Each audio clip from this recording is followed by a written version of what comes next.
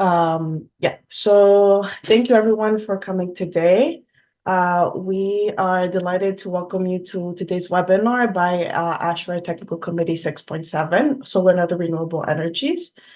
So this is part of a webinar series that we launched by the TC 6.7, and we include topics which such as applications of renewable energy, sustainable practices in the built environment, and all topics related to our technical committee.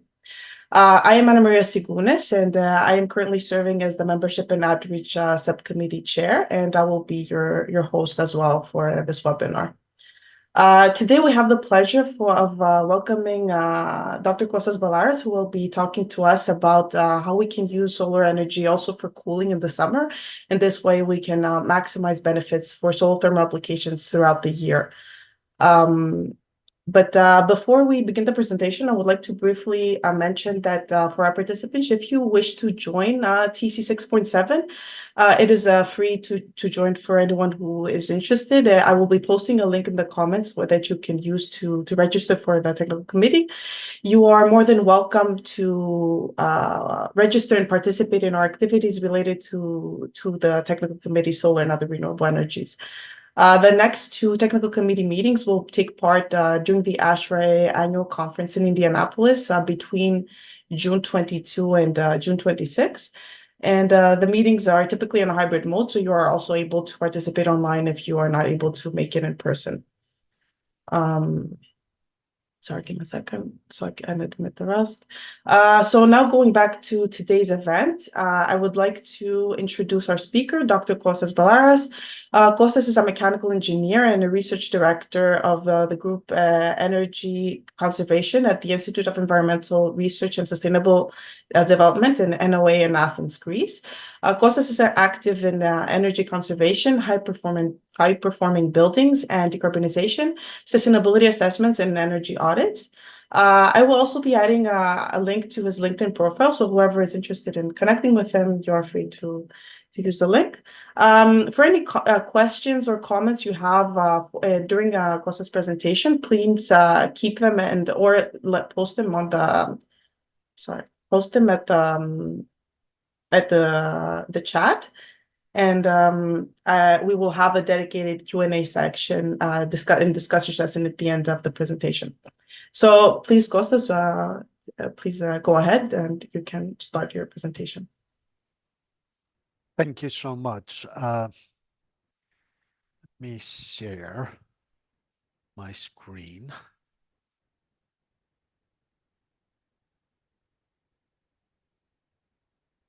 All right. And I get my laser pointer and we're all set. So good morning, good afternoon, good evening, and welcome from wherever you are to this webinar.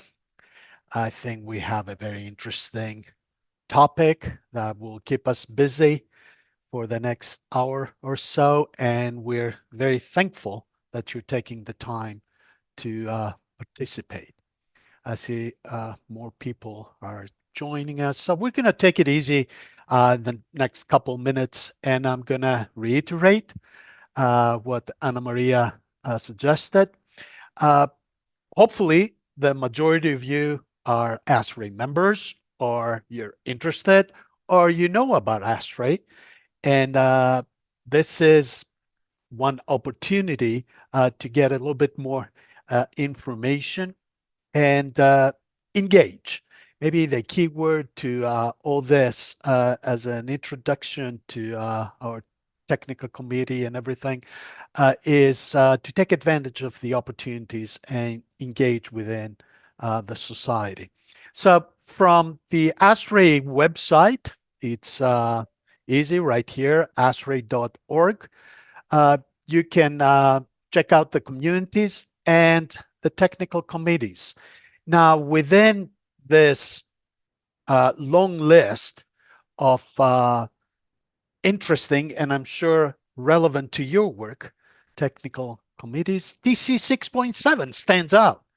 It is on solar and other renewable energies. And as I said, well, I need to remind everyone that the Society ASHRAE covers a wide spectrum of different topics and areas that I'm sure one way or another will relate very closely to what you're doing. And another related to our topic TC is 8.3 that actually looks at the equipment. Our TC 6.7 is addressing or looking at the resource, the fuel, quote unquote, that we refer to as renewable. So there is, of course, a close link between the two. And as I said, there are a lot more, but for our TC.7, as we've said already, there's no cost if you'd like to associate with this TC. There's no registration. You don't even need to be an ASHRAE member to engage with the TC. And we would welcome your engagement. We will encourage your engagement because it's all about members getting involved, interested, bringing your ideas, bringing something that will excite you, would be interested to work in, and engage as much as you wish. So the baby step is to follow the links, and actually Ana Maria is also going to make it easy for you to connect with TC 6.7, express your interest, and voila, you're going to be linked,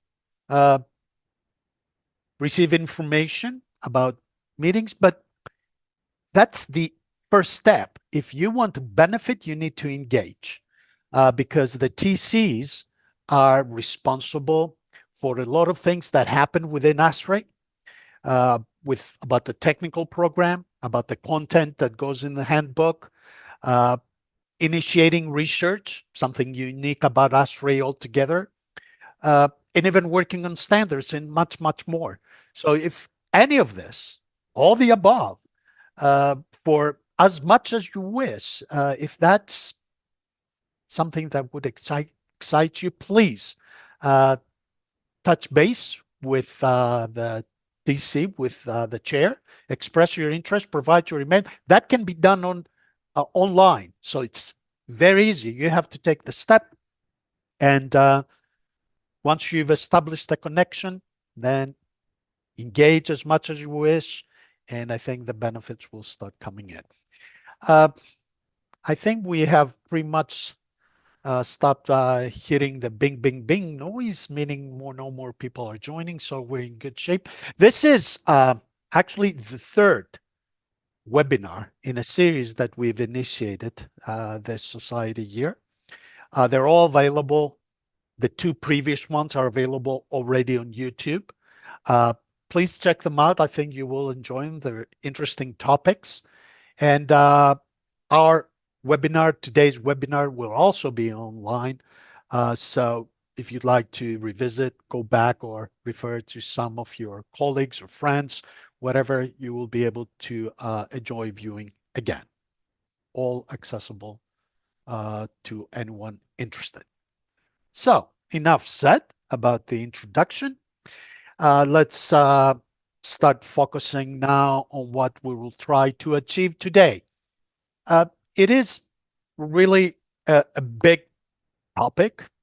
We're going to be touching on trying to gain some understanding on the basic operating principles, and then see whether we can, out of all this information, available information, extract some knowledge, practical knowledge that you can take away from this event that will help you position yourself in better understanding, but also start thinking about the possibility of how you can use the technology, use the concept from the initial design to the sizing and then the integration. And we will also, at the end, try to look at some examples, real installations that I think will inspire all of us in terms of considering this alternative path, this solution to our challenges in terms of conditioning the indoor environment in buildings.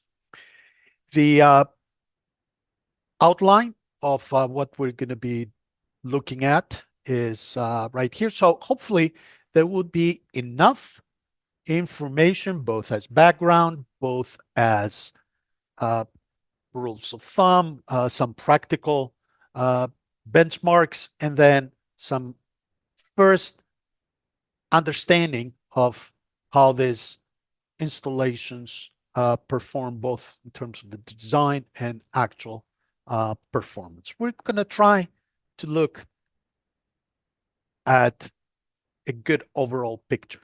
To set the stage, we are in an era where a lot of things are happening.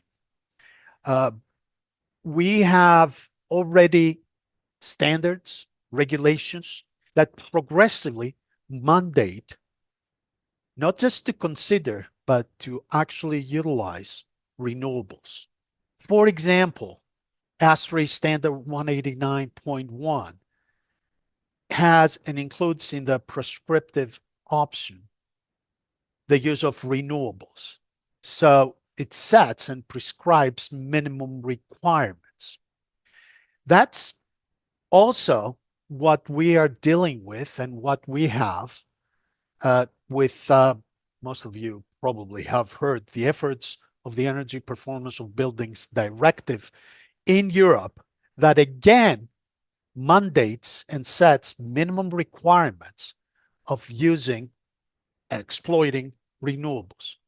More and more progressively, we are being guided in what we know for decades now of the benefits, but of using renewables, but more and more they're really giving us and becoming as minimum requirements that we need to address and satisfy, which is good and positive in a sense that takes the ambiguity, the argument of going into elaborate analysis to actually come up and assess what a lot of times, most of the times, is the obvious.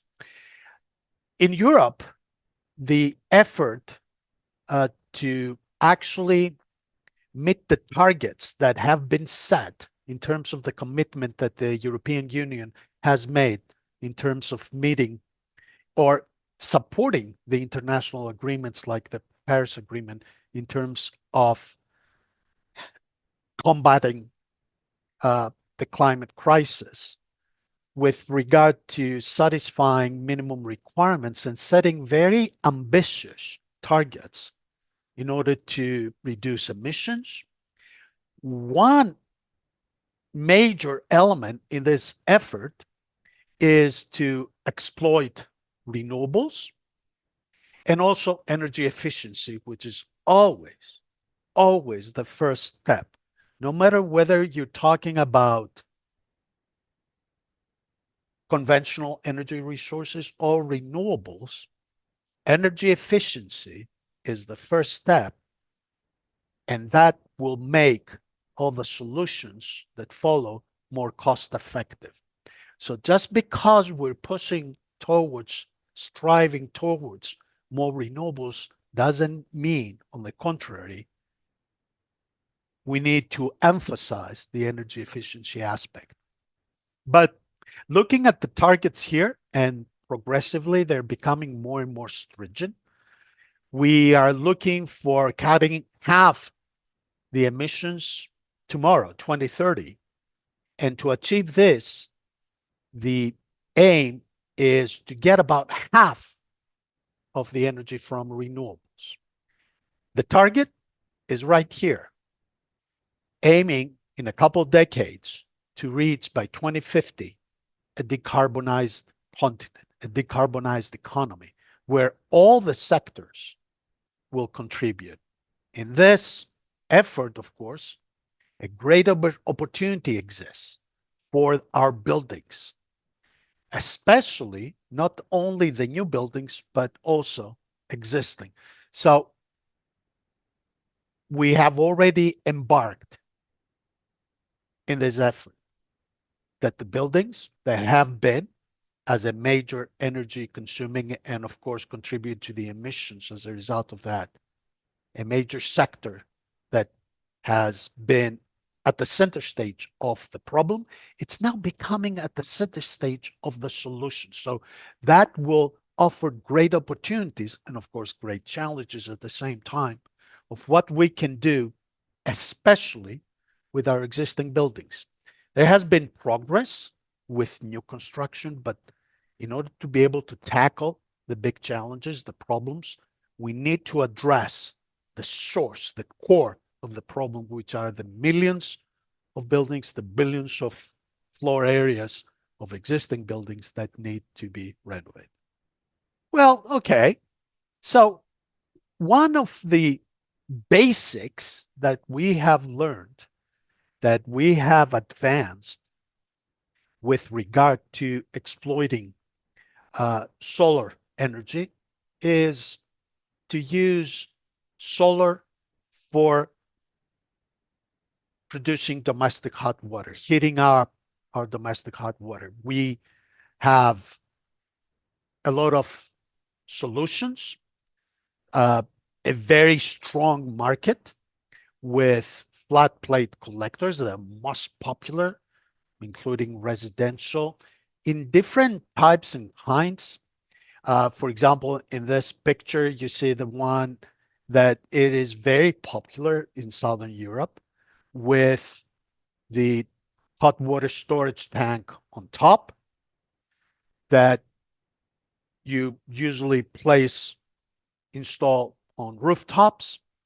And of course, if you want and trying to achieve higher temperatures, we have other well-established equipment with the evacuated tube solar collectors. We're getting higher temperatures. And of course, in addition to what we can do and what we can install in residential applications, we can go to even non-residential buildings.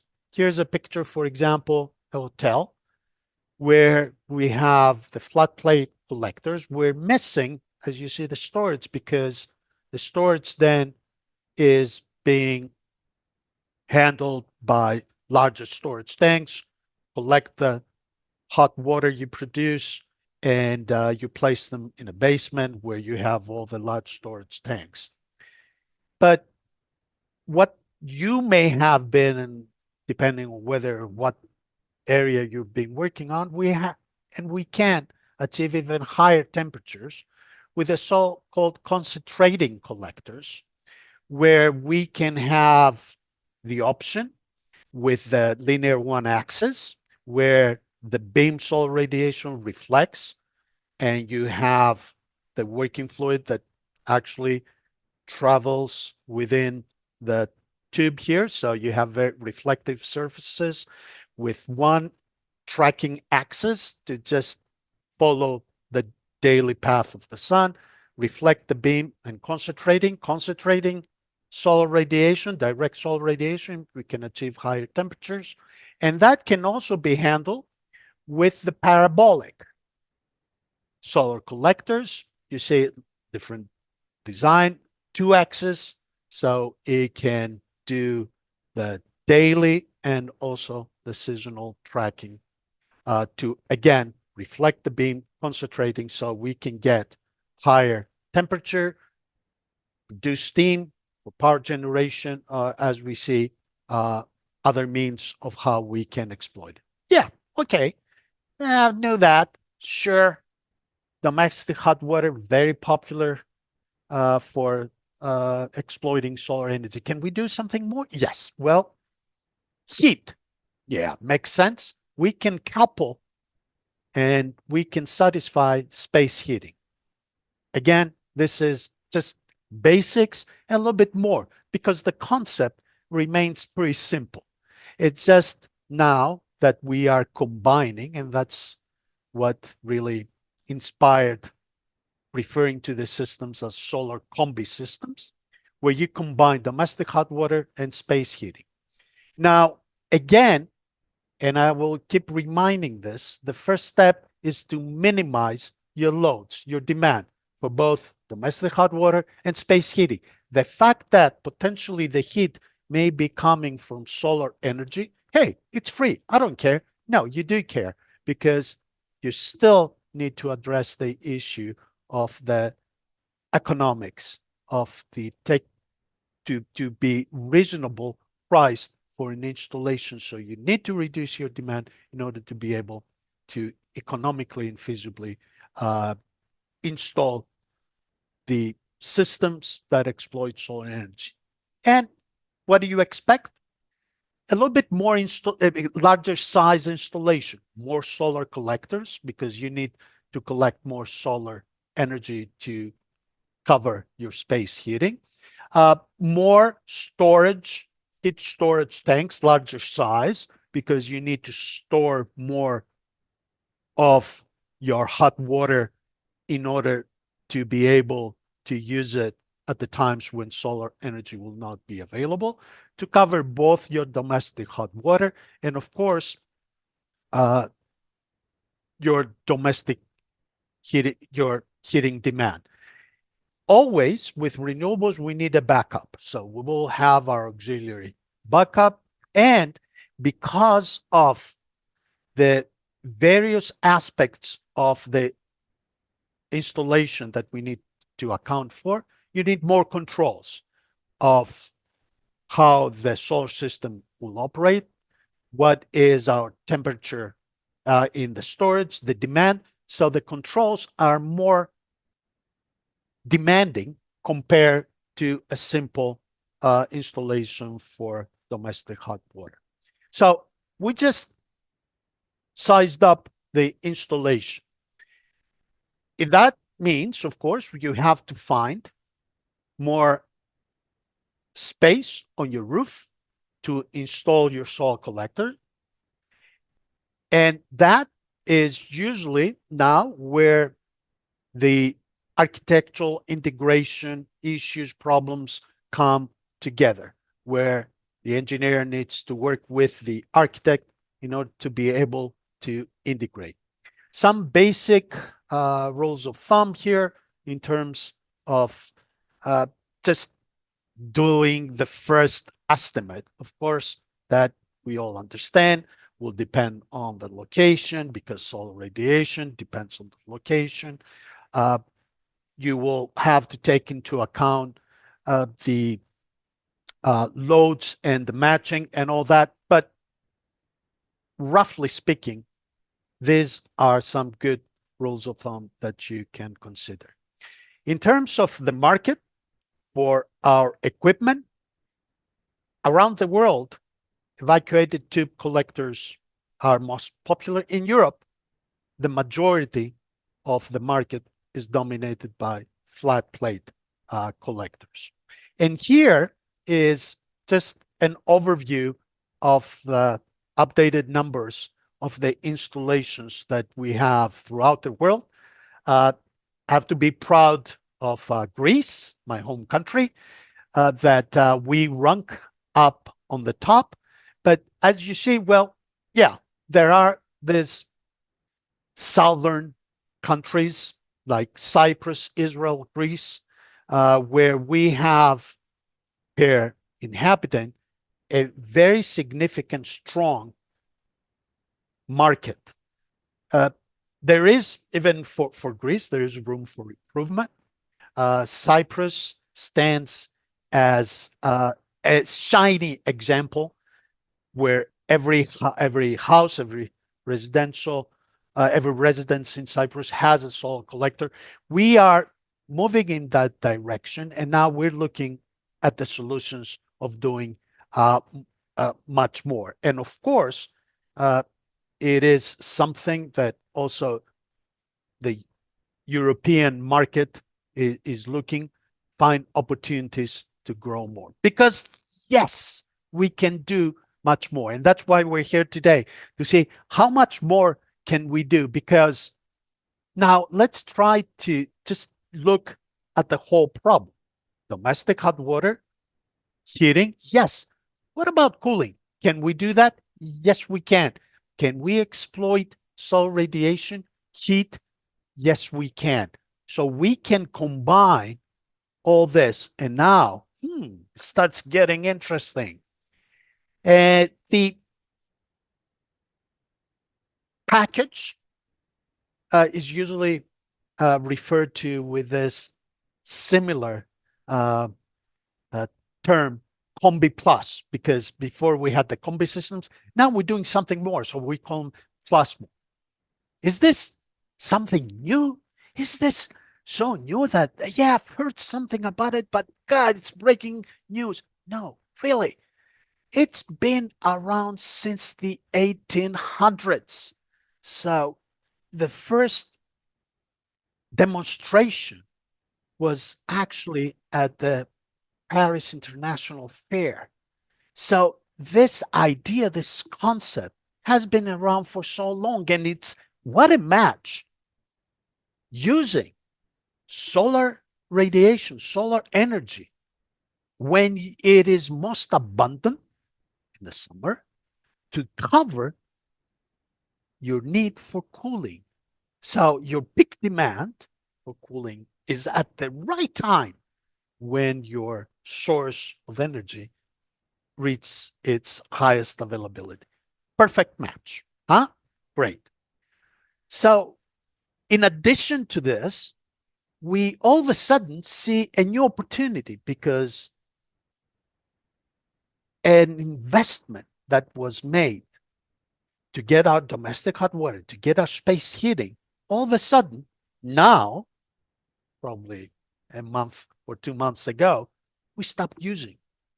So all of a sudden, it extends for year-round application the exploitation of our investment for the solar collectors and so forth, and of solar energy. And plus, it addresses a major issue problem that we have with a solar thermal installation in place. What do you do with all the heat that you're going to be generating? Actually, they may be damaging your collectors. So to avoid the stagnation, to avoid these issues, the problems, the challenges that the conventional systems we face, all of a sudden, we turn the page and we open a new chapter for that. All right, so everything sounds perfect. What is the problem? Why don't we see this type of installations everywhere? Must be some drawbacks. Yeah, well, usually when a question like this comes up, it's all about the first cost. That's one part, and we will see the economics. On top of that, we have to recognize that there has been limited practical experience with the design, with the control, with the operation, the installation, the maintenance. Well, that creates a hesitation for someone to say, I don't know, I've never done it. I'm not going to take the risk. I'm going to just take the good old path. So that limited experience, and it's actually linked with the cost because the growth will bring down the cost. But to have the growth, you have to have more installations. It is true also that the installation is a little bit more complex. So you have to address this issue. And something that we have managed over the past decade, even more, is that we had a market growth in terms of options, in terms of commercially available equipment from different manufacturers, which is good, which is one of the requirements in order to be able to achieve growth. All right, so this is the big picture of what an installation would look like now. So we recognize the elements of what we know, of what we expect, starting from the soil collector field, that yes, we need a lot of collector area to collect the solar energy. Yes, we will have, as we're all very familiar, heat storage. So we can store the energy that we collect. So that's pretty much what most basic facilities installations will include. What we bring in now is the machine, the equipment that would actually utilize heat in order to generate cold fluid, cold water, chilled water, in order to satisfy our cooling needs. So we will see what this equipment is and how it works basically and how it looks and all that. So we will have now, for that cooling equipment, what we will need? Well, we will need to be able to feed it with the heat from our solar thermal energy that we have collected to operate, to generate the chilled water. And that we can also store as an additional chilled water storage, that we can operate the equipment during the hours that we have low demand, low cooling loads, and available solar energy. We can have a backup chiller that will also be able to cover our needs, and I'm not sure whether I should put or, meaning that not all these options are always necessary, but just the options of the design to optimize. A backup heat that can also either drive our chiller, solar chiller, or of course supply the demand for heating if the solar part is not sufficient. How are we going to use it? Well, again, the different options in the building. We can go to the air handling unit. So both heating and also cooling will supply the air handling unit in order to generate and condition the air. Or, of course, we can go to the fan coils, commonly used for cooling, but also for heating, or the radiators, if that's the heating application. So the basic elements are described here, are illustrated here. Not all of them, as I said, will be necessary, especially for the storage or the backup, but always when we are referring or talking and designing and working with renewables, we'll need two things: backup and also storage. Combination of the things that we mentioned will drive us to the optimal design solution. So with how we can do it, we have the thermal heat that we can use with different cooling technologies to actually get our chilled water for cooling. That's one path for using solar energy. Of course, there's another path that we can use the conversion of solar energy to electricity with photovoltaics to drive directly compression chiller heat pumps. That's another alternate path. We're going to be concentrating on this to get and use and exploit the heat from solar energy, so from our solar collectors, to drive to different technologies that we will see with the sorption or the heat-driven equipment, produce a chilled water or cooled air, and also, of course, to get our hot water for space heating and domestic hot water. The energy, the heat, we are actually talking about exploding solar, but of course, that can come from other potential, either heat generated, for example, district heating or CHP, or waste heat from other processes. That can also be considered coupled, integrated. But we're going to be looking at the solar. The most common technology of the available equipment that are in the market, in the installations, are so-called the absorption. These are closed cycles, and here is an overview.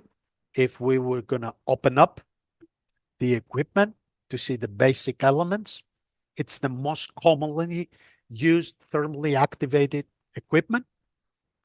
It has some very positive characteristics. The main idea is to get the refrigerant from the condenser to expand. That acts like the throttle in the common compression system. And then when we get on this part within the equipment, you get the evaporation at low temperature. And as a result, you get the chilled water out. There is minimal equipment that we use. The working fluid is a pair of lithium bromide and water, or ammonia and water, that is used in the equipment as a working fluid. We have just pumps that circulate, no other mechanical equipment. That's good. There is one part of the equipment where we need to secure vacuum. So from the manufacturer's point of view, that needs to be handled with care, but there's not a technological issue. And in terms of how the equipment operates, this is the key that we're talking about, of generating in the generator the heat that is supplied in order to get the vapor of the refrigerant evaporated. So the heat is supplied, and the result out of the equipment is the chilled water with the process taking place inside. And what needs to be also noted here is that the equipment needs to also, in the processes, breathe, which means we need to dissipate some heat. So the equipment is also connected to a cooling tower. But there comes the point where we said, oh, hold on a second. We're supplying heat, and then you're rejecting heat to the atmosphere? Right. So at this stage, when you're actually helping the process and you're dissipating the heat to the environment, is it possible to take another stage and of repeating the same cycle? Yes. And actually, this is the idea, that we can have multiple stages to increase the performance. And you see here with the driving temperatures, the heat of our medium coming from the solar collectors, and the COP for the different one effect, just like here, one stage. And then you see how we can improve if we take advantage of the heat being or towards to be rejected. We recover some of that heat in a second stage, which is common in sense having equipment available. The third stage, imagine this. Can we do it one more time? Yeah, well, the more you add and the complexity you add to the equipment, how much you can recover of that heat, there's a limit. But in terms of getting this is borderline of what is available commercially. You can have a triple stage, but usually the equipment that we have in the market stop single or double stage. We improve the performance. We can have some more additional advantage. Now, are there any drawbacks in terms of the operation? Well, there are some drawbacks with this type of equipment in terms of the size of the equipment. We have large physical dimensions. We'll see some pictures so we can relate a little bit to that. And there's also a potential for crystallization that needs to be taken care of. Moving forward, with just a few words about the other technology that we saw couples and complements the closed systems, the adsorption. Here we're talking about even a simpler operating principle with no moving parts. We address and resolve the issues of crystallization. We're talking about two compartments in the equipment that rotate in terms of switching the roles. And that creates an issue with regard to the intermittent operation. So it goes through cycles that needs for the equipment to have some dead time period. It has an even larger physical dimension, so they're more heavy, and there are fewer manufacturer options, which again limits the options that we have. One advantage, though, that the adsorption systems have is at a lower driving temperature, which means we can use simpler solar collectors. They have a relatively higher efficiency than the absorptions. So as you realize, there are pros and cons that we need to consider. Moving on now to what we know in terms of their performance. And again, some takeaways, some rule of thumbs that I think will give you the basic understanding of where this technology is at. The first thing we usually look at is the thermal COP. That is the ratio of the cooling capacity to the heating power delivered to the system by the solar. Look at the numbers. And I know what you're going to say. God, this look low. Well, compared to the compression systems that we're familiar with, these are relatively low.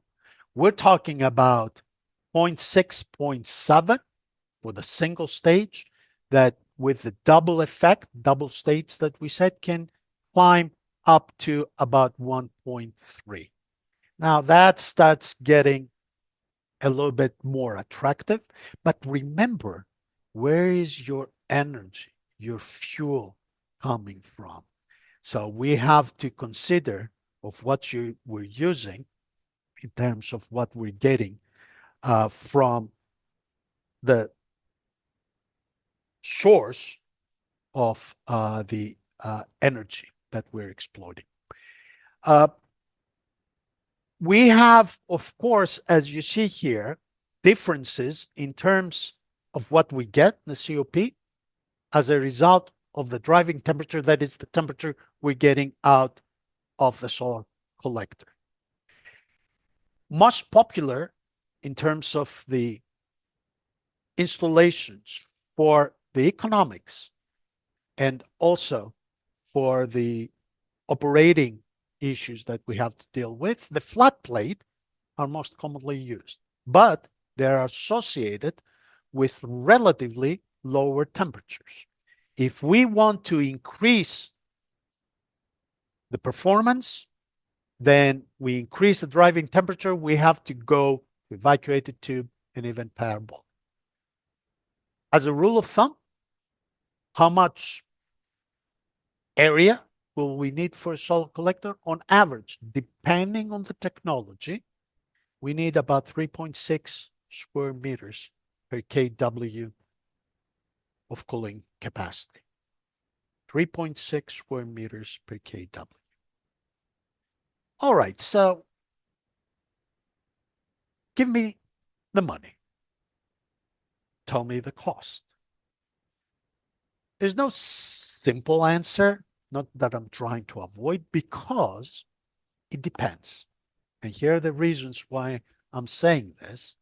It depends on the size of the installation, on the solar collector type that you have selected, flat plate, cheaper,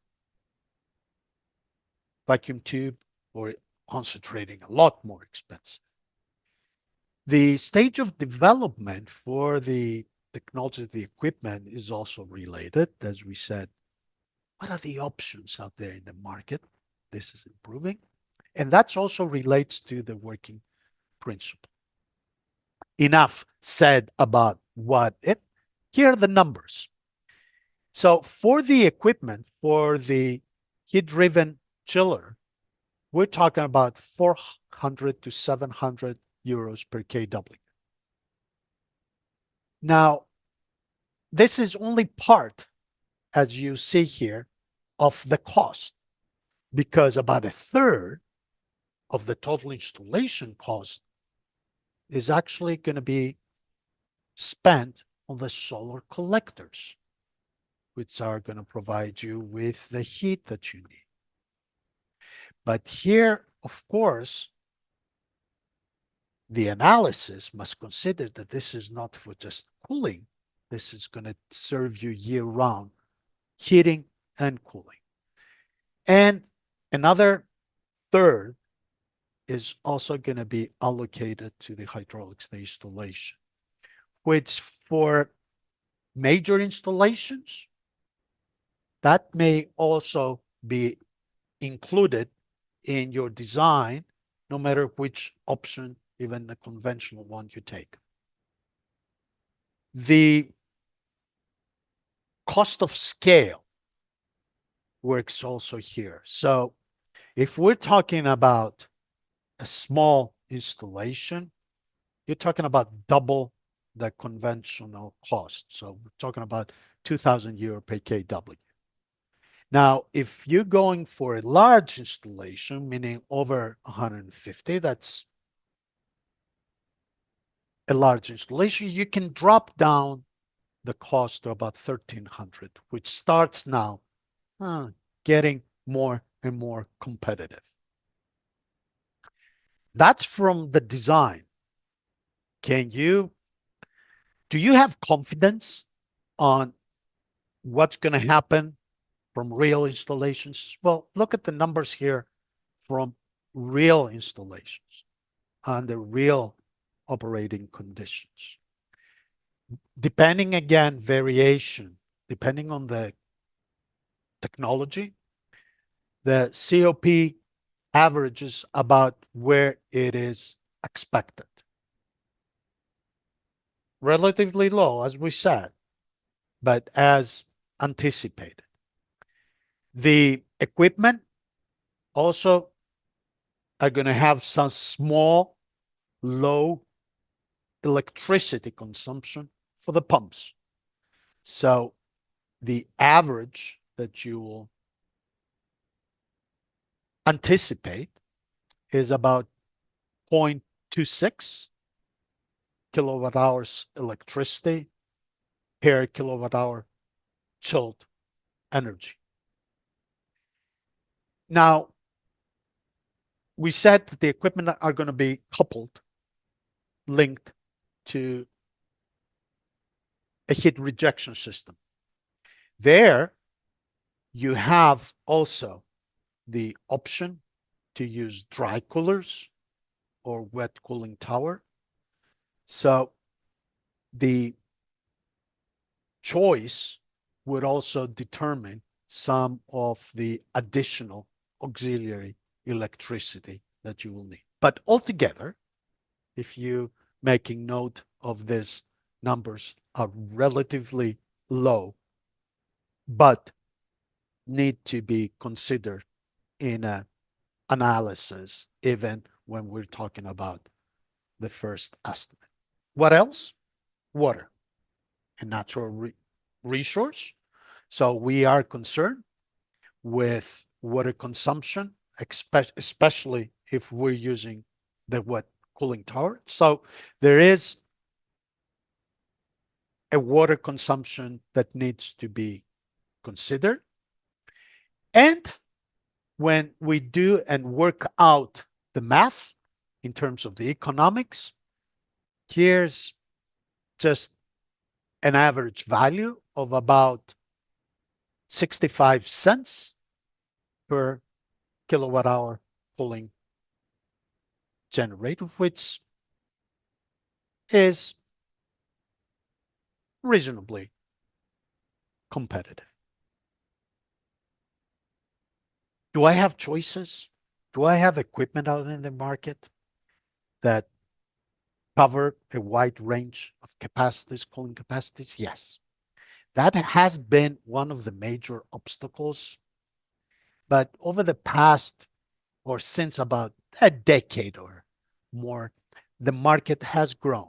And although we cannot show specific names, first of all, you notice that for the absorption technology, we have from different countries, you see the flags here, different options, especially maybe more interesting for wider applicability, more flexibility in terms of especially the residential sector, that you can have cooling capacity that actually get even below 10 kW. Options means more competitive, more competition in the market, and also prices going down, which works to our benefit. How can I handle this? Well, first of all, hopefully provided you with some good rules of thumb to get you thinking, but you of course need some more tools. Here's an excellent reference from IEA, the International Energy Agency, that has been for decades been working with different tasks, and this is one of them, producing a wealth of information. I have, and I include at the end, quite a bit of, quite a few references where you can dive in and get so much more detailed information. But one of the things that you're probably going to be looking at is give me some tools, give me something that I can use to work with these concepts. So there are tools for pre-feasibility assessments and also for detailed simulations and sizing that are included in this excellent reference coming from IAA that you may dive in and address. Well, okay, let's just now coming towards the end of our presentation say, all right, so how do these look like? How do these facilities installations look like? They're not in the millions. We have about 2,000 soil cooling systems, but usually major installations. The majority of them are installed in Europe. But indeed, we have to be clear about this. This is a niche market. It is growing. It's going to take a lot of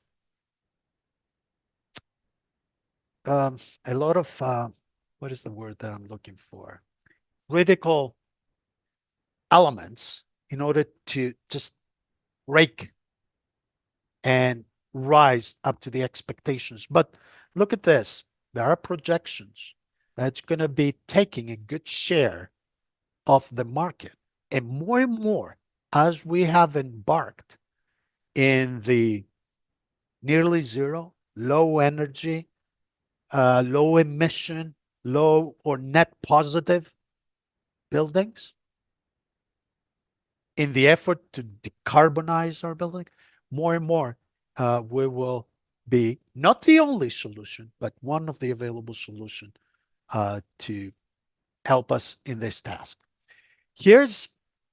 And it is the updated list of large-scale solar cooling systems that have been installed, and you see they're throughout the world. So let's look at some installations, real installations.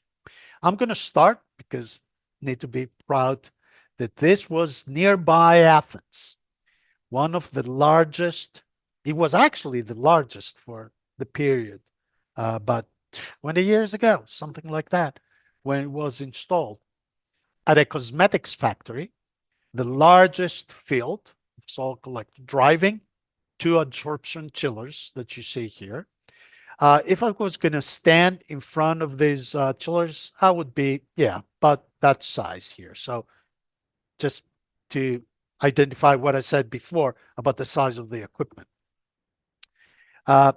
It's not the largest anymore, but it carries that great recognition.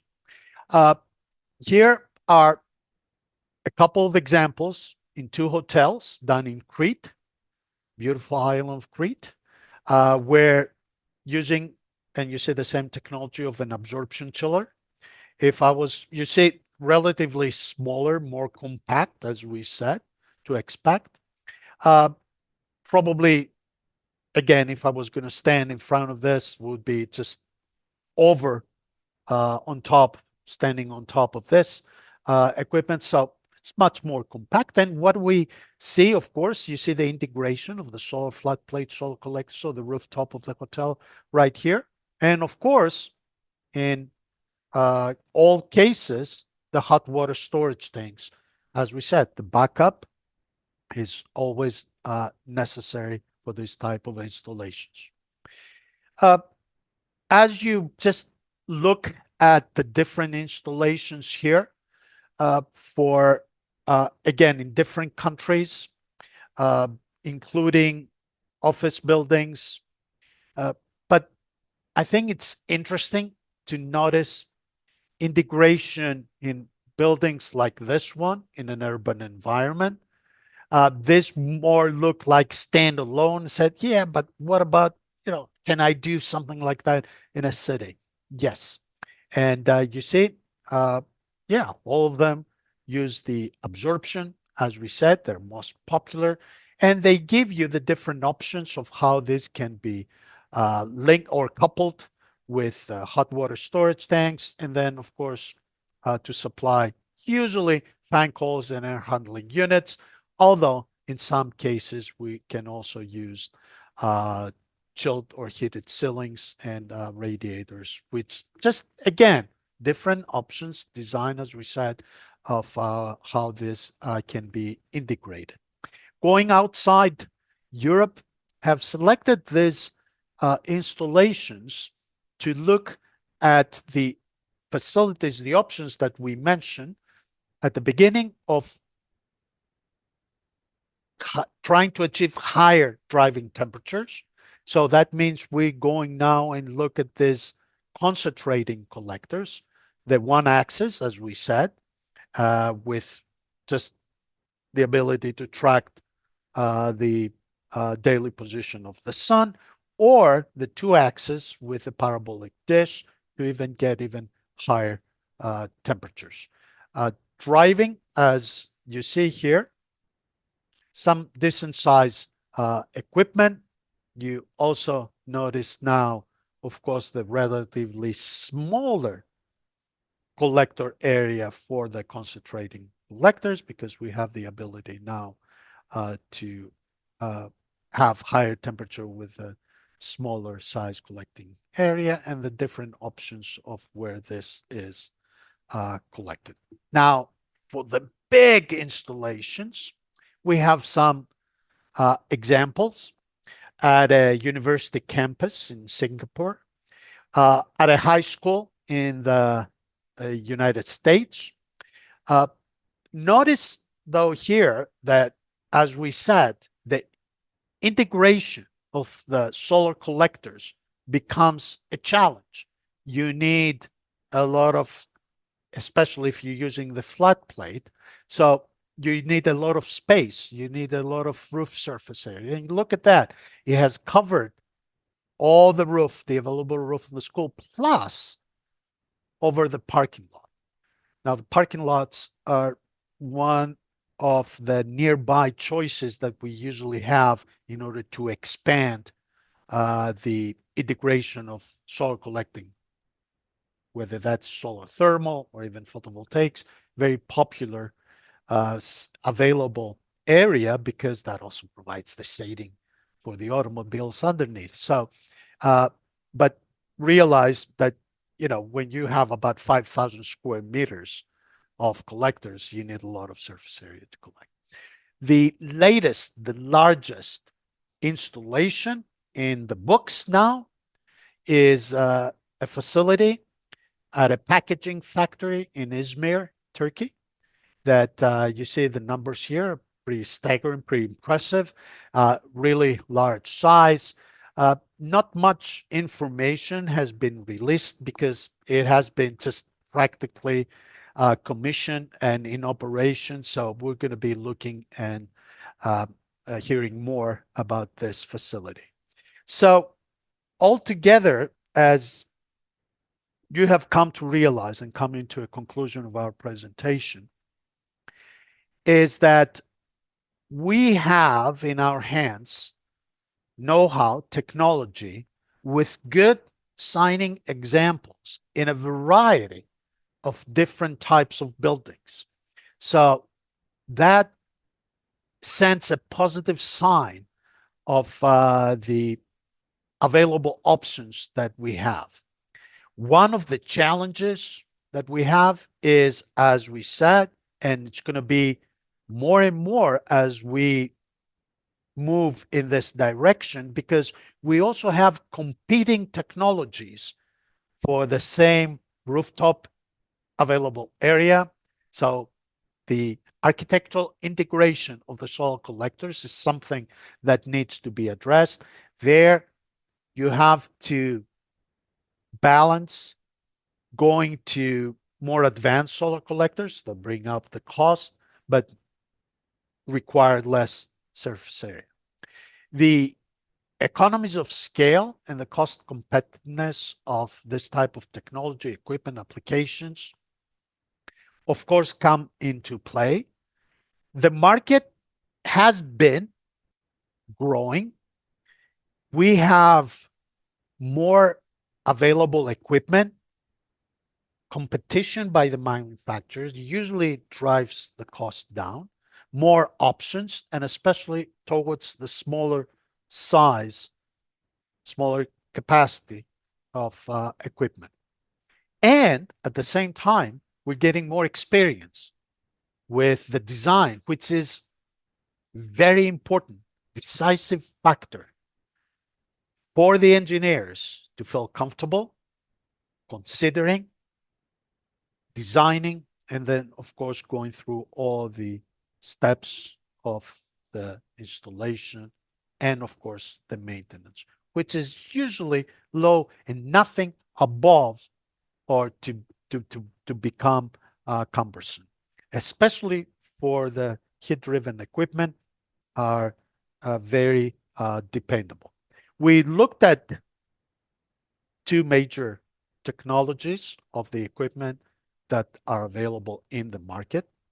There are pros and cons in terms of their performance, but we're usually for the single effect around 0.6, 0.7. To go over 1, you need to go to the 2 stage, as we described. You have, of course, the requirements depending on how you're going to couple with your collector.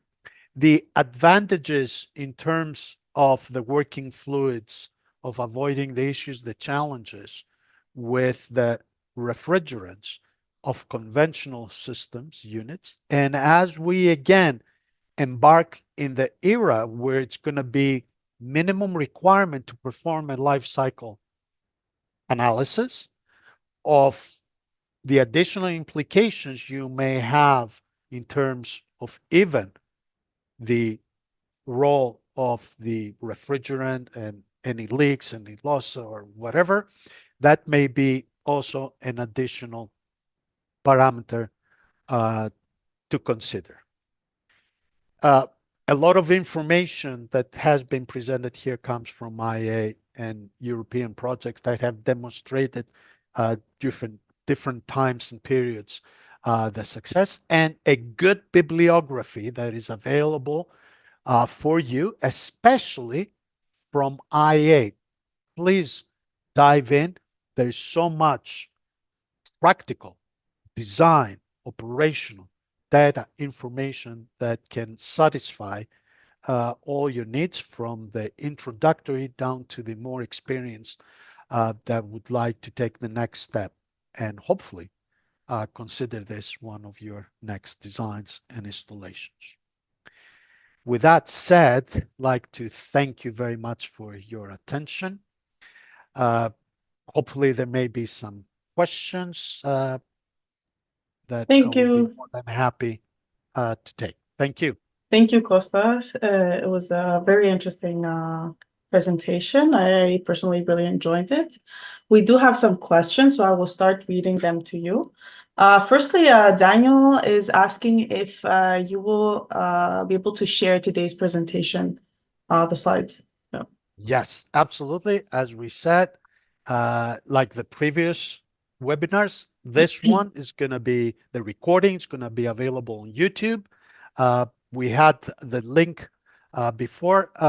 Maybe Anna Maria, if you give me a minute, I will put the link again. But help me out. You Are they mean good? All the participants are going to receive the present I can link? send it. I can send an email to all the participants Yeah, with the presentation. I can do that, let's yes. make it easy for everyone attending, that Okay, you so I will will. receive an email with the link exactly, so you won't have to look and search for it. Great, yes. I will send it to everyone who is participating the presentation that Costas did today. Second, Janice is asking, is there a size restriction for absorption chillers, smallest to largest? The largest you saw where we're going about big kilowatts. Of course, you can combine more units, right? The challenge up to now, there was more experience, because don't forget that the sorption equipment, absorption actually, have been very popular in the large size installations using what? Natural gas combustion. So we have been using, especially the ammonia absorption chillers, with the large size. So there was a experience and everything building the big units. The challenge was, and that's where the manufacturers stood up, is to develop around 10 kilowatts was the first phase, and down to 5, which fits perfectly residential application. And in a kind of like semi laboratory phase, market phase, even smaller ones, 2.5. Now, I wonder exactly where you would need, because usually for residential, which are the small size applications, 5 to 10 kW would probably be sufficient, but that's a wide range. And if you recall the table that I showed you with the options, with the dots, with the different sizes, there it gave you the whole spectrum.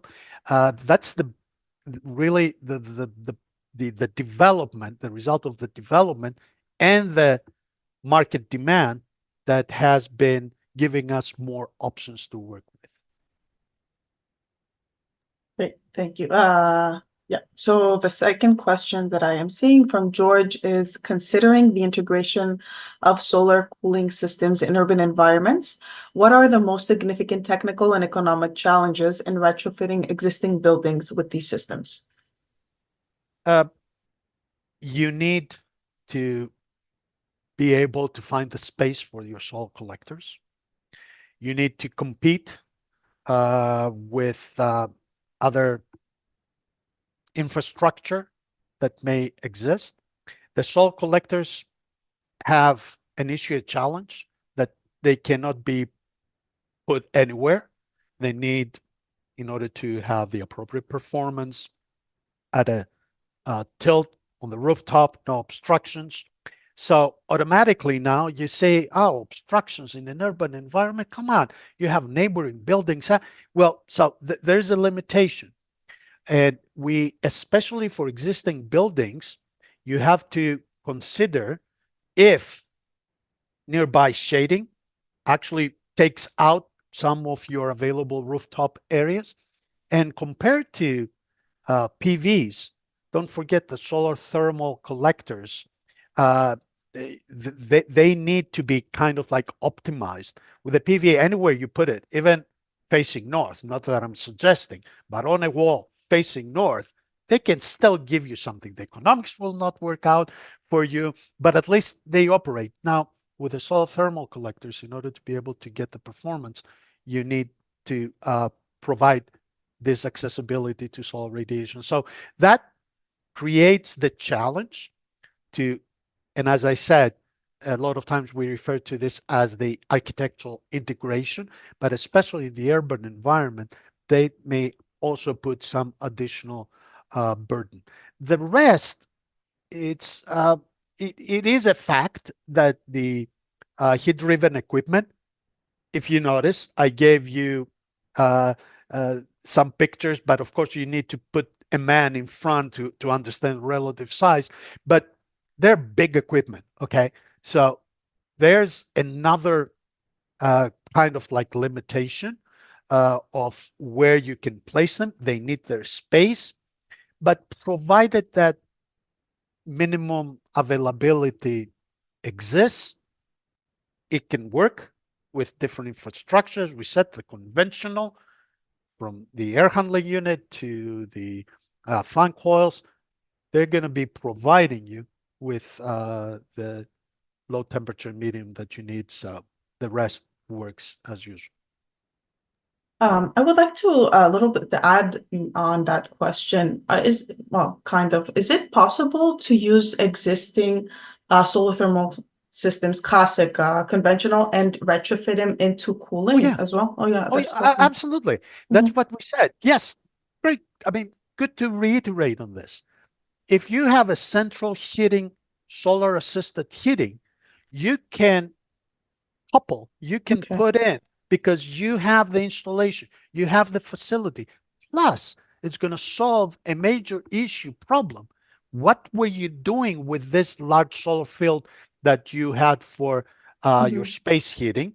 For domestic hot water, is not a big deal. But even if you have a simple solar collector in the summer, when you go on vacation, they tell you, you better be careful because check your equipment when you go back because of the stagnation issues. You know, it just boils if there's no load to just release and use that heat. It's actually damaging your equipment. So all of a sudden, you have made an investment and you extend with another 4 or 5 months, depending on where you are, of usage. It Yeah. improves your economics Okay. plus the operating condition of your facility. Okay. Okay. Nice.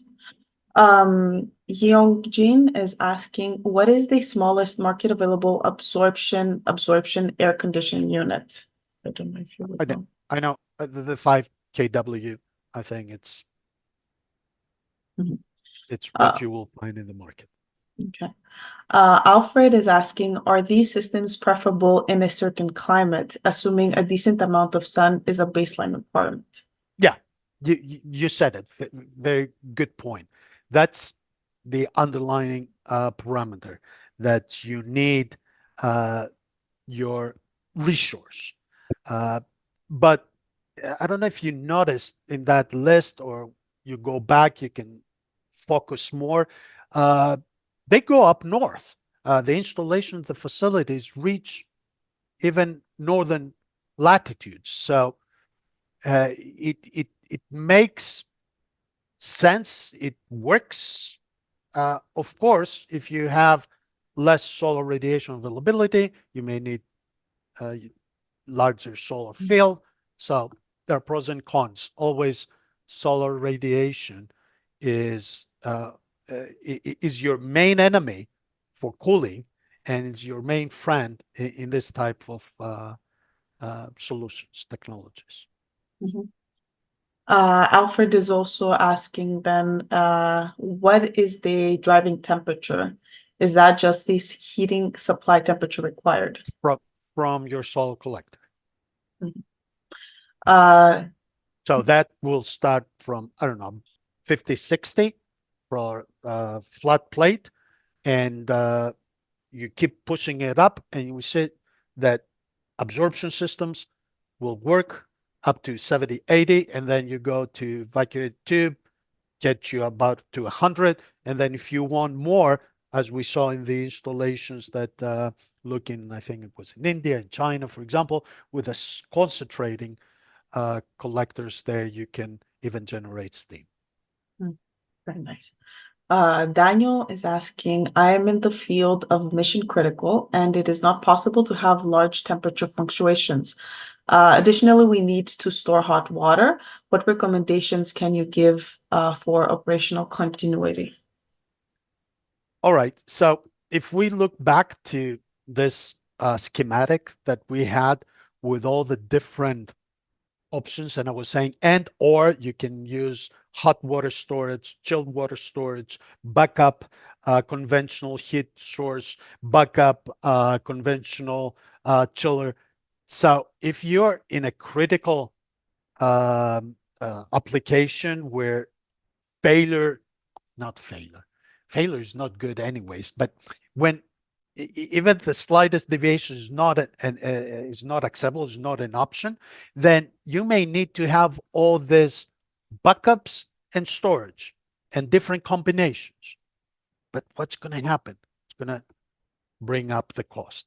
So that's an issue for the first cost. The operational is going to go down because most of the time you will be able to cover your loads. But just for that short time of period where they may be a load, a demand, and then maybe not sufficient solar radiation, you need your backup storage, heat storage. Not sufficient, you need someone to fire in.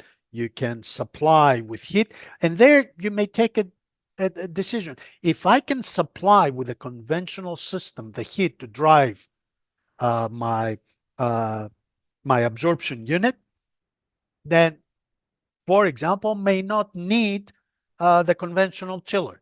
One exercise that one can do for the optimization is, should I have a conventional backup heat or a conventional backup chiller?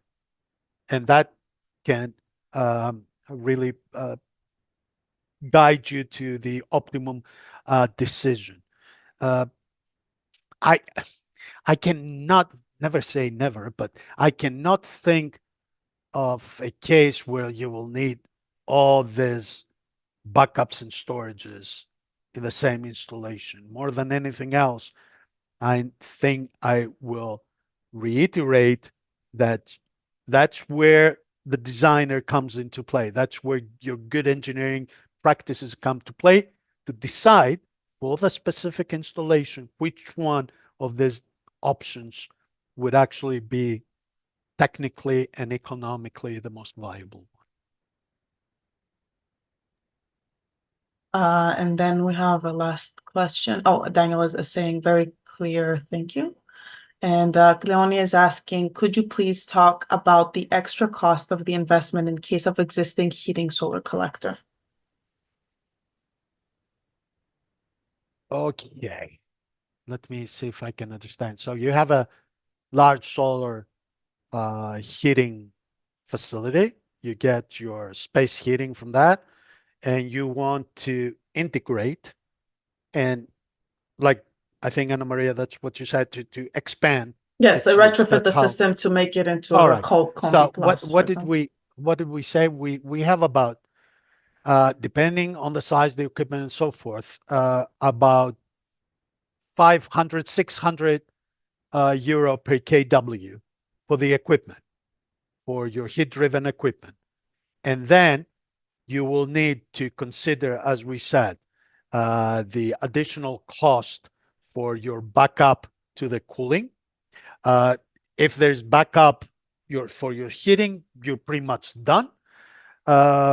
So am I forgetting something? So if it's going to just link it to the existing, you took a third out of the cost that we were looking before out because the soil collectors are there.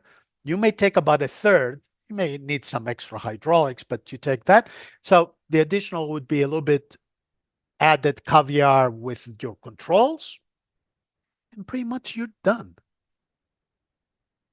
So if you have a large solar thermal heating installation, you have covered, I'd say 70+% of that road to a complete installation, and of course the costs. In terms of space, you would need to have some space as well available? Yes. The space for the equipment would, let me see now how I'm going to put that. Maybe, yeah, if always the visuals always help. Where is this now? Just give me a second. All right. So, where were these nice pictures? Yeah, there you go. Okay. So that would be a room. Do you see this laser pointer? Yeah, that would be a room in the mechanical room that would be the space of about 5 square meters, to have access all around it. And then, of course, you'll need more space for your hot water storage tank if that's the approach, the solution you have taken. So in a facility where you have a large solar thermal system already available, I think you have the space that you can put in your mechanical room. Now, when you're talking about the adsorption, this equipment, you need easily almost, although the footprint is not as big, the height is more than anything else the problem in terms of the difference, but also the footprint of the equipment. So there, I'd say you probably need about 30-40% more space. Kelonia saying thank you. I also had one last question. You said that there's a lot of different, of course, technologies that we can add to our buildings. Like we can add PV, we can add solar thermal collectors, etc. So if a designer is thinking about what would be the best technology and considering photovoltaics with, for example, a heat pump for cooling compared to a solar thermal collectors with cooling as well, what would be the main advantage of why would they choose the solar collector instead of the PV, considering also that the PVs have also dropped significantly in price? I don't know how they compare to each other. Yeah, well, thank you. That's the beautiful world of engineering. That's why we're here. That's why we will come in. That's why this is not just going to an XY store and saying, well, I want this and that, because you can do all the shopping. And that's where the engineer will come in. That's where we'll consider all the different options. And even a preliminary sizing design will usually show the direction you want to go.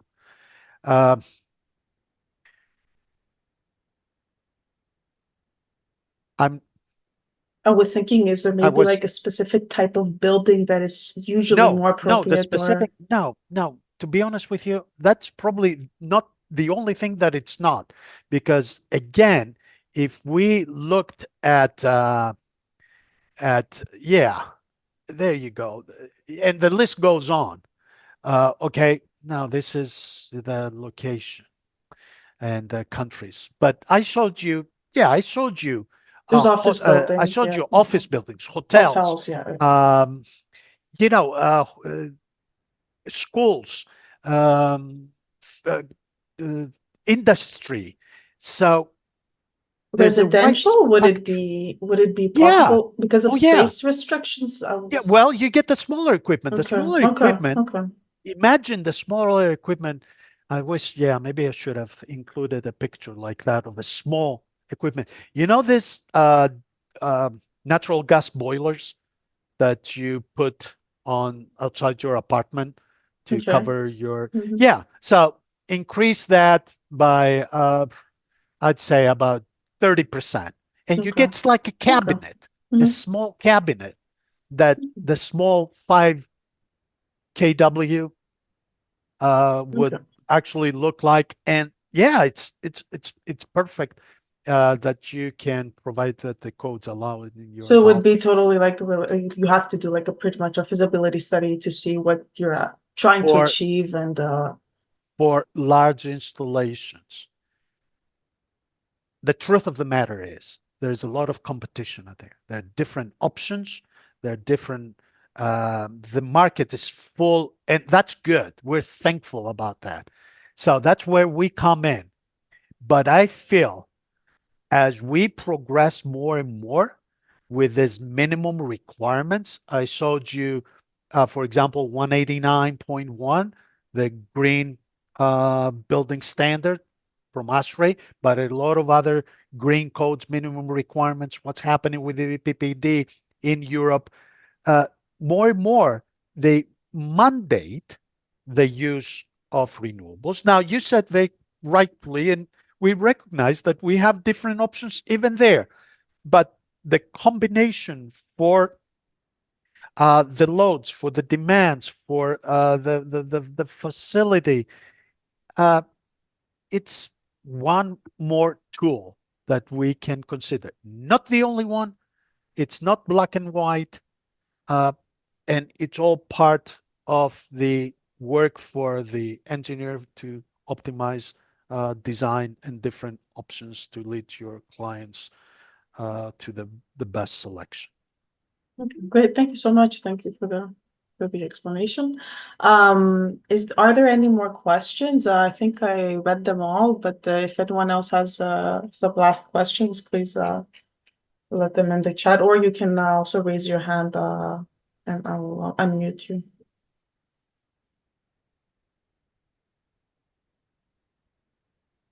All right. No. If anything, I will give you one tip, one takeaway. Join ASHRAE if you're not a member yet. And please, no matter what, take the first step, the easy step, and connect with TC6.7. No obligations, no strings attached. Get into the world of ASHRAE and then bring in your ideas, bring in your initiatives, and it's a great environment to join forces with members and professionals from around the world.